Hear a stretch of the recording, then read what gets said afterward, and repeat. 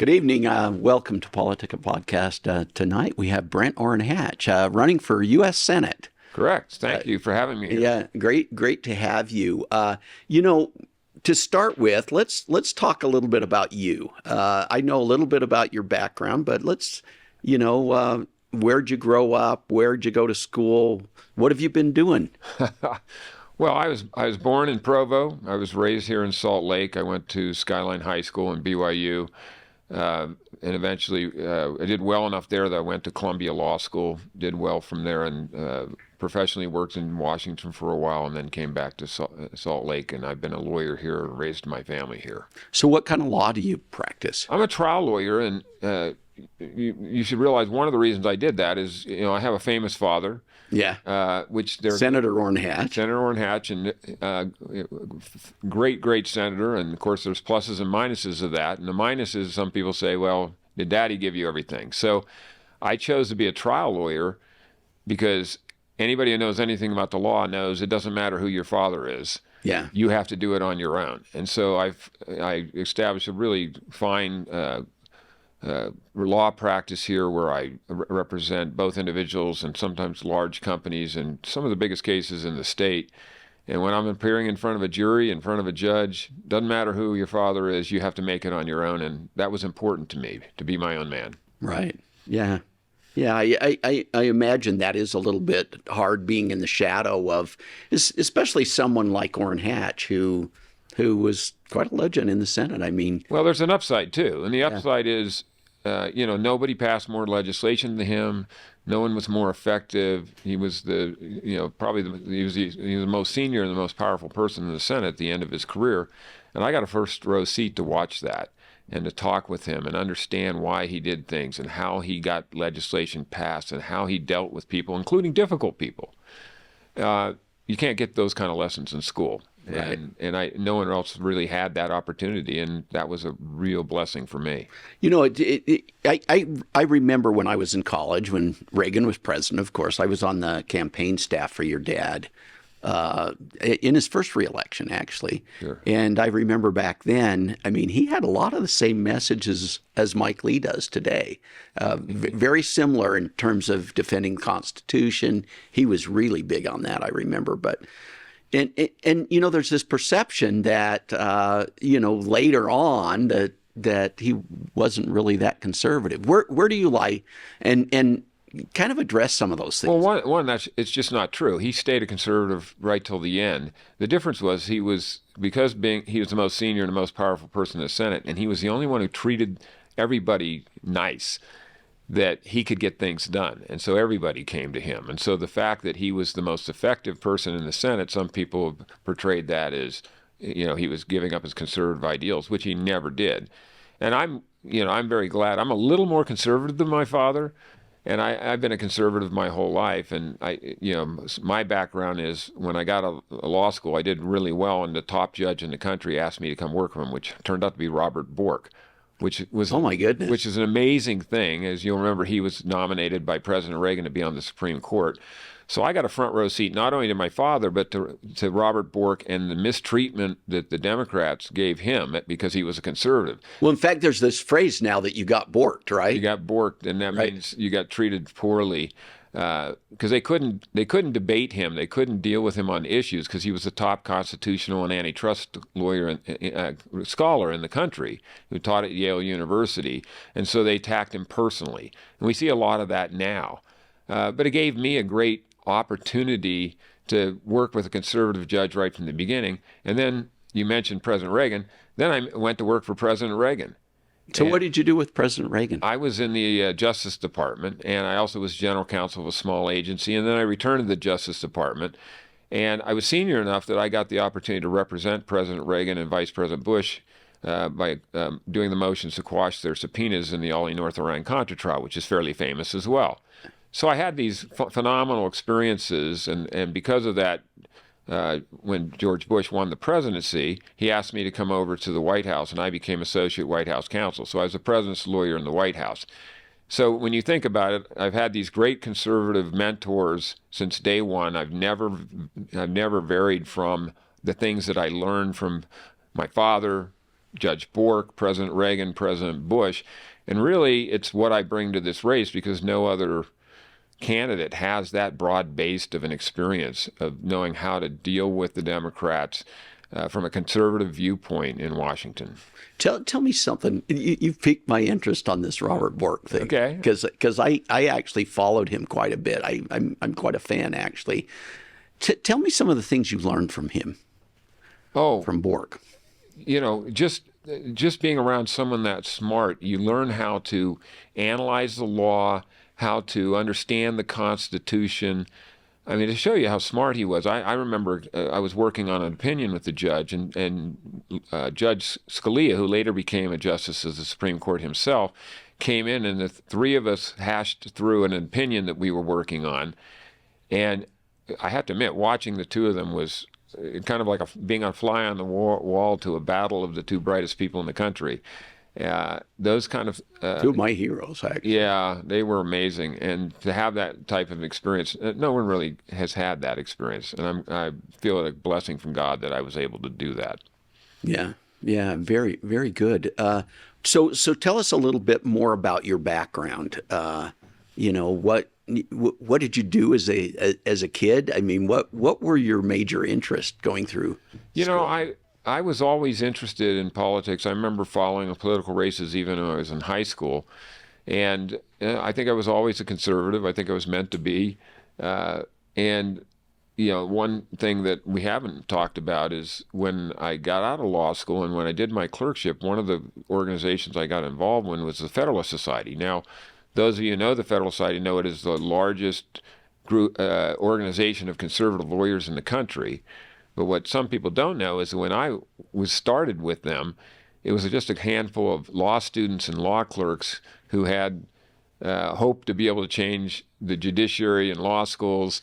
And we had a few $1,000 and a couple advisors, and hope was all. And we were able to turn it into this organization that we are the ones that have advised President Reagan, the first President Bush, the second President Bush, and even President Trump on their judicial picks, including the justices of the Supreme Court. And now the culmination of our work is now we have a majority on the Supreme Court of conservative justices, right? Which is a great thing. Well, and some of the opinions that have come down, I've been following this Chevron doctrine case. The Chevron doctrine is going to be listen to the arguments. That's going to be a big case this term. There's one, I think I always say Jurisec, I think, is the name of the case that talks about the constitutional rights to have it be tried by a jury instead of an administrative law judge, and there's a lot of nuances to that case.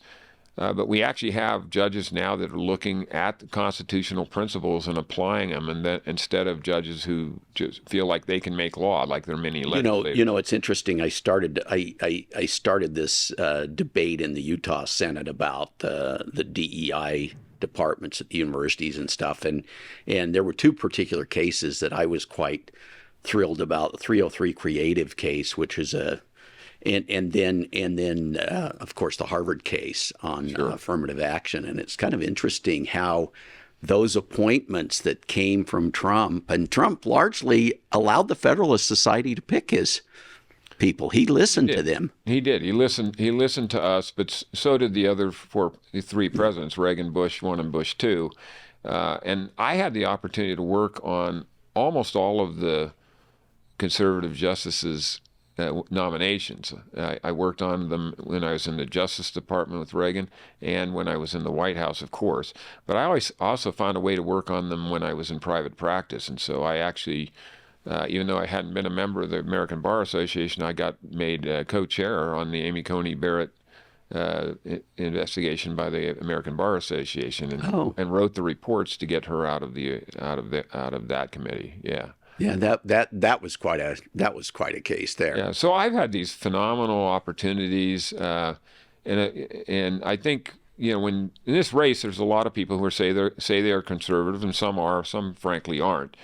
But my view is that you look at a person's body of work, and if you look at what I've done, pretty much my whole life, I'd go back to when I was even pre-adolescent, but certainly since I got out of college, every person that I've worked for has been a great conservative mentor. Every organization I've been involved with has been held constitutional and conservative principles at their core and has made a difference in this country.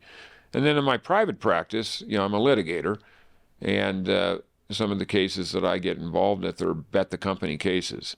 And that's, like I said, that's the reason I became a litigator, so that I could show people that I'm doing things on my own. And when you're betting your company, you're hiring a lawyer because you want to win and because you think they're the best, not because they're related to somebody. Right. Yeah. Yeah. Well, we're going to take a break. And we'll be right back. Good. No problem. Thanks.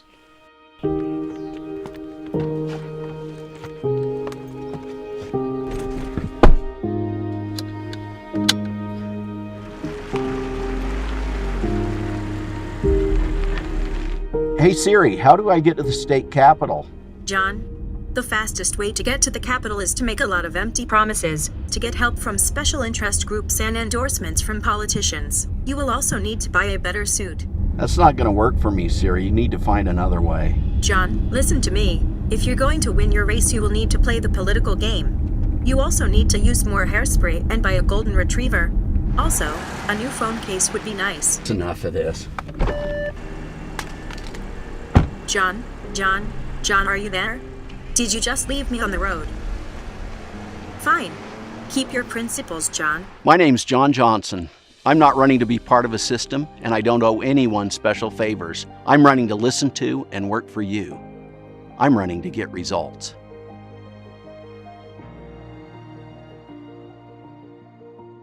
Welcome back to PoliticIt. We have Brent Orrin Hatch today, and you're running for U.S. Senate. So let's talk. We've talked a little bit about you. We got to know you a little better, but let's talk about policy issues that you think are particularly important. Well, you can't be a serious candidate, certainly not a serious conservative candidate, if you're not talking about the problems we have at the border. I watched a tape of Secretary Mayorkas at the beginning of the Biden administration bragging about removing all the restrictions at the border that were in place when President Trump was in office, and bragging about it.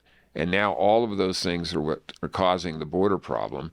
And of course, Mayorkas and the president are kind of saying, well, it's not our fault. Well, it's absolutely their fault. And those types of restrictions have to be put back in place. We've got, the reports are 8 million people undocumented coming across the border. We've got over 3 million people that have been allowed in that wouldn't have been allowed in under the Trump policies that are now, who knows where they are, and they have court dates who knows when. Some sanity has to be brought to this. And now, we saw President Biden the other day apologizing to the murderer of Lakeland Riley for calling him an illegal alien, which is what he was. I don't think we need to be apologizing to criminals. And we need to seal the border, and we need to get this under control. It's affecting every state, every city, and it needs to be taken care of now. So border policy. What would be another one that you think is way up there? Obviously, the national debt. I mean, Biden has added like $3 trillion. I mean, just since December, I was reading an economic journal that said it was $32 trillion in debt in December, and now it's 34, and they say it's increasing $1 trillion every 100 days. So we're about 35 trillion. It's in excess of the GDP of the country, and a lot of people don't think about it in terms of, with debt, you have to pay interest on it. You have to service that debt, and they're saying now the cost of servicing the debt, so that's interest we pay, and sometimes a lot of it to foreign countries, is now the size of the military budget. Well, if politicians, and Republicans are at fault here too, had kept a balanced budget, had been responsible, think about that. We have an amount of money that's the size of the military budget that's just being paid to interest that we could be using for programs, we could be using for increasing the security of this country, doing things that would be actually useful for the country instead of paying interest to people. Right. So what would you do to curb that? Well, the difficult problem is spending tends to be like a ratchet.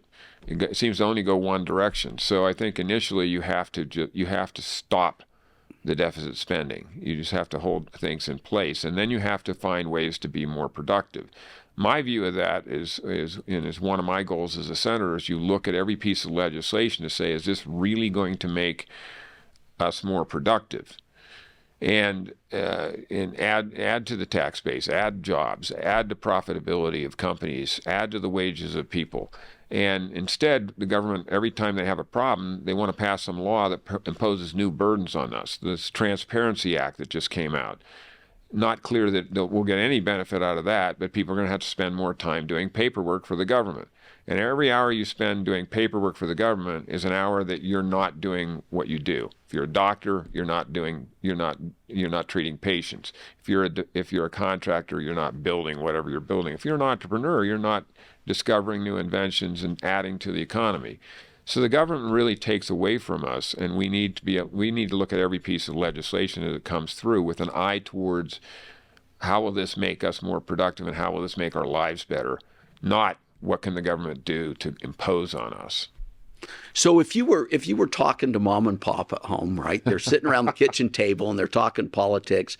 Certainly, I'm sure the immigration thing would come up and the deficit. What are the other kitchen table issues that you think are important this election cycle? Well, I mean, I think there are a lot of issues. I mean, people are worried about education and getting back to reading and writing and arithmetic instead of social engineering. There's a lot of these things that are getting pushed to the side that we really need to be addressing. But the national debt and the border have become so paramount that need to be addressed that we're not getting to address other things as well, and that's too bad and that's sad. Yeah, the things that matter to working families and other things, those certainly are issues that are so big that you're right. Well, and all these things have an impact on wages, and inflation cuts into the buying power. I mean, you can look at the paper almost any day, and you see that the cost of everything we consume has almost doubled. It's getting to be difficult, and the Biden administration doesn't seem to either care, or they have a different agenda that doesn't help working families with their economic needs and their economic betterment. Yeah, very good. So tell us a little bit about how your brain works in terms of what do you consider a conservative? What are the values that you think that means? Well, I've thought about that a lot lately, and I think people have strayed a little bit from conservative principles. Of course, conservative principles in the past have been, get the government out of our lives, fiscal responsibility. It's those types of things. It's being socially conservative as well on issues that will promote families, promote even God and our belief systems. And now a lot of conservatives claim they're conservatives, but when they're in power, they want to just pass things that are their agenda. And that's why I think you have Republicans who vote for things that add to our deficit. They're not as worried about economic security as they should be. That was a nice thing. We got a president right now where we're in two wars.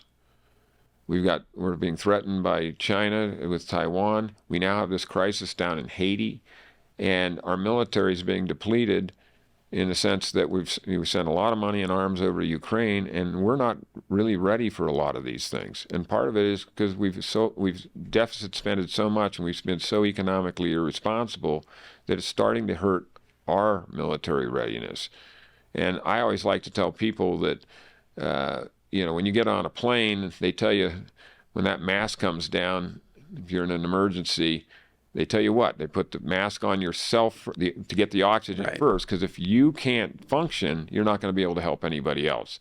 And I think that's why we put America first, is so that we can be a shining light to other nations. But we can't be that if we're not protecting our borders, we're not fiscally responsible, and we have a military that's better than any other country. No, you talked about social conservatism. A lot of today's so-called conservatives are really libertarians, and so they're kind of laissez-faire on social issues, right? And sure. Where would you put yourself?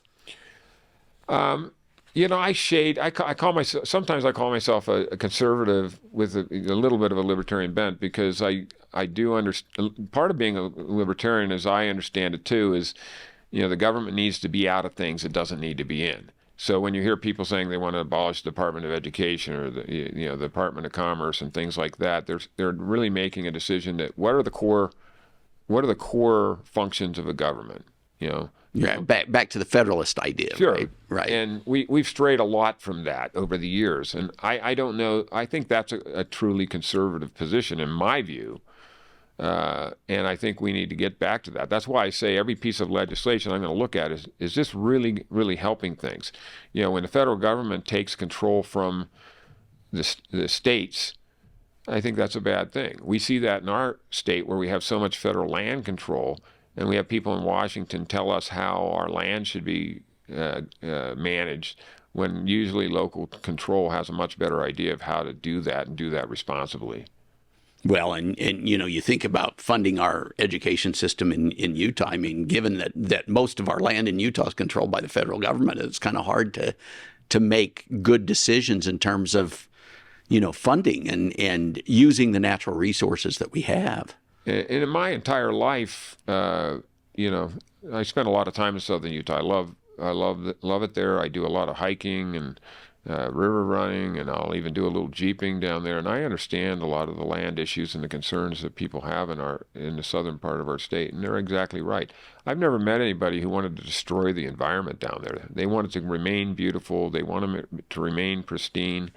But the federal government treats our citizens in the southern part of our state like they're all trying to destroy the environment, and that's just not true. It's wrong. So we're about out of time. Why don't you give a last pitch to people that are going to vote for you? Well, a lot of what you heard here, what I've talked about here, is I've dedicated my life to being conservative and to conservative causes. And I think what I add to this race that no one else really brings to it is someone who's worked in the Congress, in the judiciary, in the executive branch, culminating into the White House, and then has been a lawyer that people who had serious problems hired to fight for them. I fought at every one of those levels. I have the experience to go back and work to fight against the Chuck Schumers and the Nancy Pelosi's. And no one else in this race really has that type of experience. And I think I add that type of experience and maturity, as well as what I've learned from my father, is that you get things done by actually treating people like human beings, and then you get what you want from them. Thanks. Thank you. Brent Orrin Hatch, candidate for Senate. Thanks for coming in. We'll see you guys next week.